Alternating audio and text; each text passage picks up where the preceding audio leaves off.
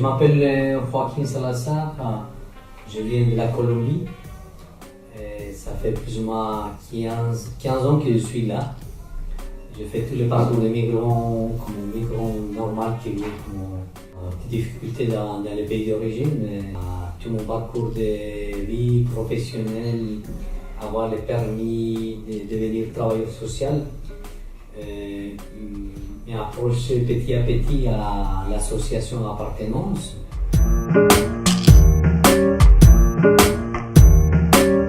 Deux ans, je suis devenu responsable de l'espace Mosaïque, qui c'est un des espaces de l'association Appartenance. Ma motivation de travailler avec les migrants en difficulté, est toujours latente, dans le sens que moi-même, comme migrant, comme quelqu'un qui a suivi tous les parcours des migrants pour obtenir un permis de séjour, pour après faire reconnaître les études, pour pouvoir travailler, pour pouvoir devenir professionnel. Je trouvais que dans cet espace, ce moment, on peut aussi faire une rétribution de tous ces acquis, mais en même temps, toujours on apprend des migrants. Ça, c'est la richesse de notre association.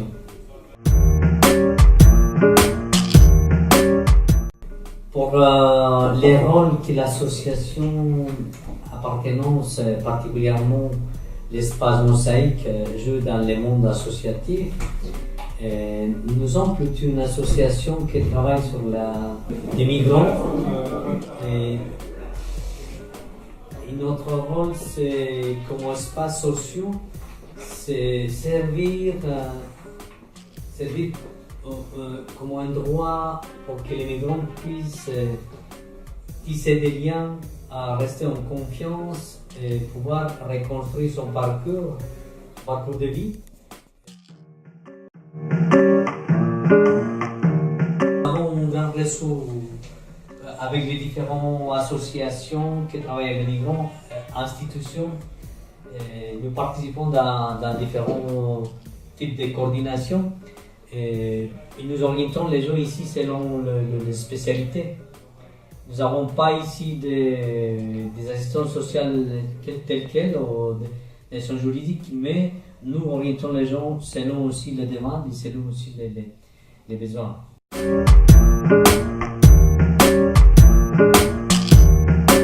Aider les migrants à reconstruire les liens sociaux que la majorité sont cassés par sa rupture familiale, sa rupture avec son pays, la difficulté pour avoir un permis de séjour, sont des ruptures cumulatives que des fois ça amène à une souffrance mentale. Nous travaillons beaucoup sur l'autonomisation, sur un concept que nous appelons émancipatrice. Ça veut dire que nous ne travaillons pas pour pérenniser la dépendance, c'est plutôt pour que les migrants puissent avoir des outils pour se défendre, pour se reconnaître, maintenant pour avoir un regard critique sur soi-même. Pourquoi il a quitté son pays, si les choses qui arrivent ici, ça les convient plus, ou comment il peut valoriser aussi les acquis qu'il a appris ailleurs. Presque la totalité des gens qui vivent sont des migrants. Selon les dernières statistiques, il y a une forte augmentation des gens qui viennent d'Érythrée, de Syrie, des pays qui sont en guerre récemment. Il y a aussi le reste de l'Afrique, de Guinée-Conakry, Bissau, de Sénégal, Somalie, de Maroc, d'Algérie, la Tunisie.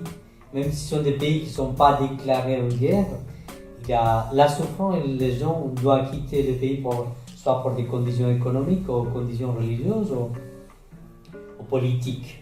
Il y a une forte augmentation des gens qui quittent l'Espagne. Ce sont des gens de passage, vu la crise économique.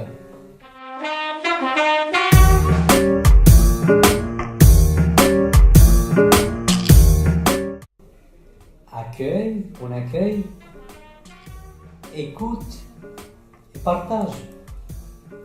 Alors, je crois que ce sont trois mots clés qui nous fait vivre aussi notre travail. Alors, même si c'est un travail qui nous, des fois, c'est stressant, pour nous, c'est très satisfaisant de voir les gens qui rentrent tristes avec une souffrance. La majorité, ils sortent avec une tranquillité, même si pas tout le monde trouve de travail, pas tout le monde trouve des solutions, mais ils trouvent des pistes. Il fait des contacts, des liens ici.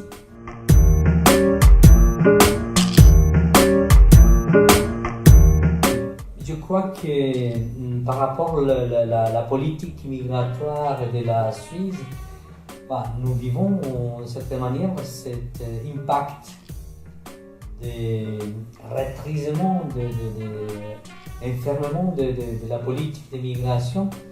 Après la votation du 9 février, il y a, à la place de réduire les gens, il y a une augmentation. L'augmentation des gens qui viennent chaque fois à des situations précaires plus fortes. Je crois que ce n'est pas à travers la répression ou à travers l'empêchement de mobilité que les gens se déplacent qu'on va obtenir une solution. Ce n'est pas les contrôles.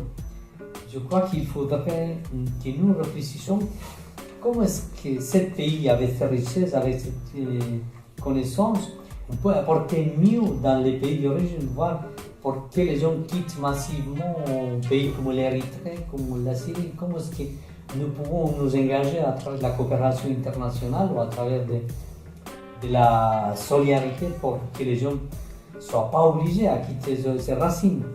Parce que la souffrance c'est forte, même si les migrants arrivent ici à trouver quelque chose, il faut que la migration, la meilleure chose c'est que ce soit quelque chose de volontaire, pas obligé. Ça devient chaque fois plus compliqué pour les migrants. En même temps, c'est compliqué pour les gens d'ici, pour nous qui sommes ici déjà, parce qu'il y a beaucoup de difficultés pour engager des gens. Il y a des gens les gens qui viennent sont des gens, la majorité sont des gens bien formés. Tout son parcours professionnel, on a des médecins, comme mon collègue qui sont en face, qui font formation universitaire, il a des avocats, il a des ingénieurs, il a des gens qui sont comptables, etc. La majorité, une bonne partie des gens sont bien formés, mais c'est triste de les voir ici, rien trouver, traîner dans la rue, au maximum trouver des ordres de nettoyage, et après faire la liste pour aller dormir à l'abri ou à Lipin, et aller manger une soupe. Ça calme un petit peu, mais ça crée une sensation d'instabilité et d'impuissance avec toutes des années qu'ils ont fait pour se former et qu'ils ont été obligés à quitter leur pays, soit pour des conditions politiques, conditions religieuses ou conditions de chômage ou différentes persécutions ethniques, et qui ne trouvent pas une clarté sur quels ont à venir, ça crée un stress énorme. Et il me semble que les gens qui ont voté à favor de ce projet pour contrôler la migration, qui ont voté plusieurs fois pour réduire la migration,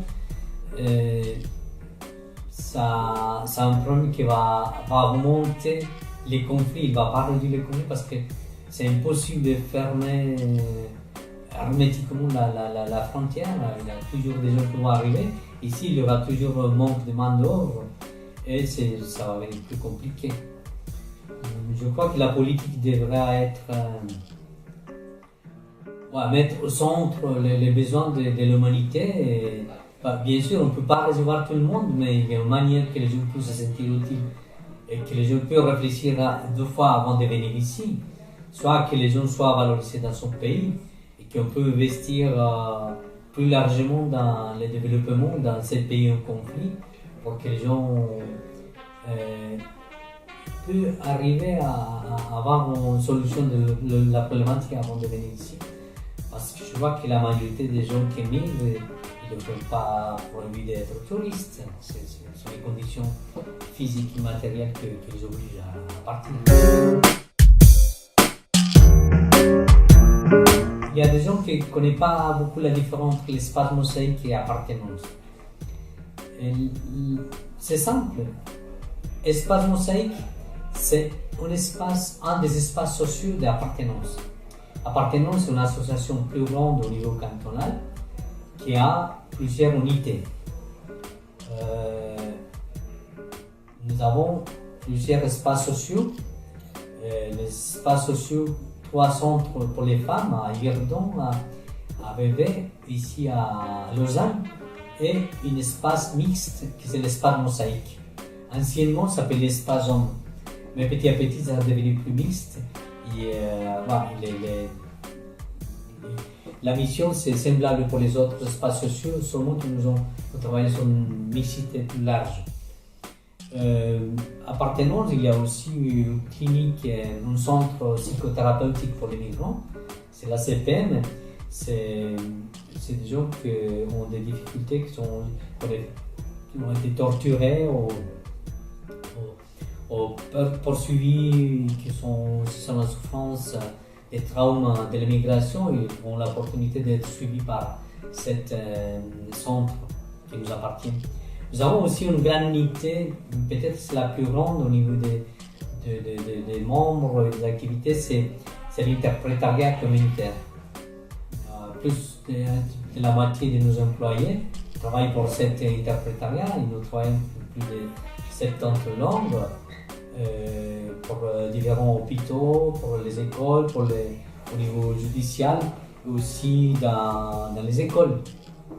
Alors, c'est pas seulement la traduction, c'est l'interprétariat. C'est la différence.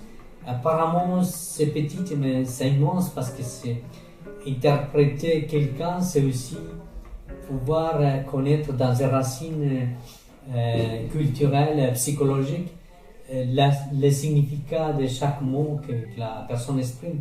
Ça permet de faire une transparence ou une liaison plus directe entre la thérapeute, entre les médecins et la personne qui parle. Et l'espace mosaïque, c'est une petite structure par rapport à l'appartenance. Merci beaucoup. Ok. C'est pas nécessaire d'ajouter qu'est-ce que nous faisons dans la mosaïque, les différentes activités. Si, bien sûr. Oui, je crois que pour que les gens puissent nous contacter, il faut connaître un petit peu quelles sont les activités. Je ne veux pas décrire toutes les activités, mais essentiellement, nous travaillons sur 3 activités essentielles. La première, c'est que nous avons un espace d'accueil permanent social. Nous orientons les gens soit au niveau de la recherche d'emploi, soit au niveau de l'accompagnement administratif. Et nous avons un deuxième axe, qui c'est l'accompagnement pour le développement des compétences communicationnelles. Nous faisons des ateliers de français le soir. Nous faisons pour valoriser les migrants aussi donnent des cours aux gens d'ici, au niveau d'anglais, d'arabe, d'allemand, d'espagnol. C'est une manière d'apprentissage mutuel. Et le troisième axe, c'est l'accompagnement psychosocial. Nous avons l'espace d'écoute individuelle. Quand les gens viennent sont envoyés par les réseaux, par différents espaces, les gens qui sont sous la souffrance mentale, nous avons la possibilité de l'écouter au niveau individuel. Et nous avons des espaces collectifs de thérapie, comme on l'a dit, ou l'espace de parole, où les gens puissent aussi partager, suivis par un des thérapeutes, pour suivre un processus collectif, dont l'essentiel c'est partager comment les gens arrivent à s'en sortir de ces souffrances. Et c'est la meilleure thérapie que les gens font, qu'on voit comment l'autre a passé pour cette torture, pour cette situation difficile. Maintenant, comment il arrive à se débrouiller et quels sont les outils qu'il a utilisés pour ça. C'est cette partie que nous la partageons et ça, c'est un moment important.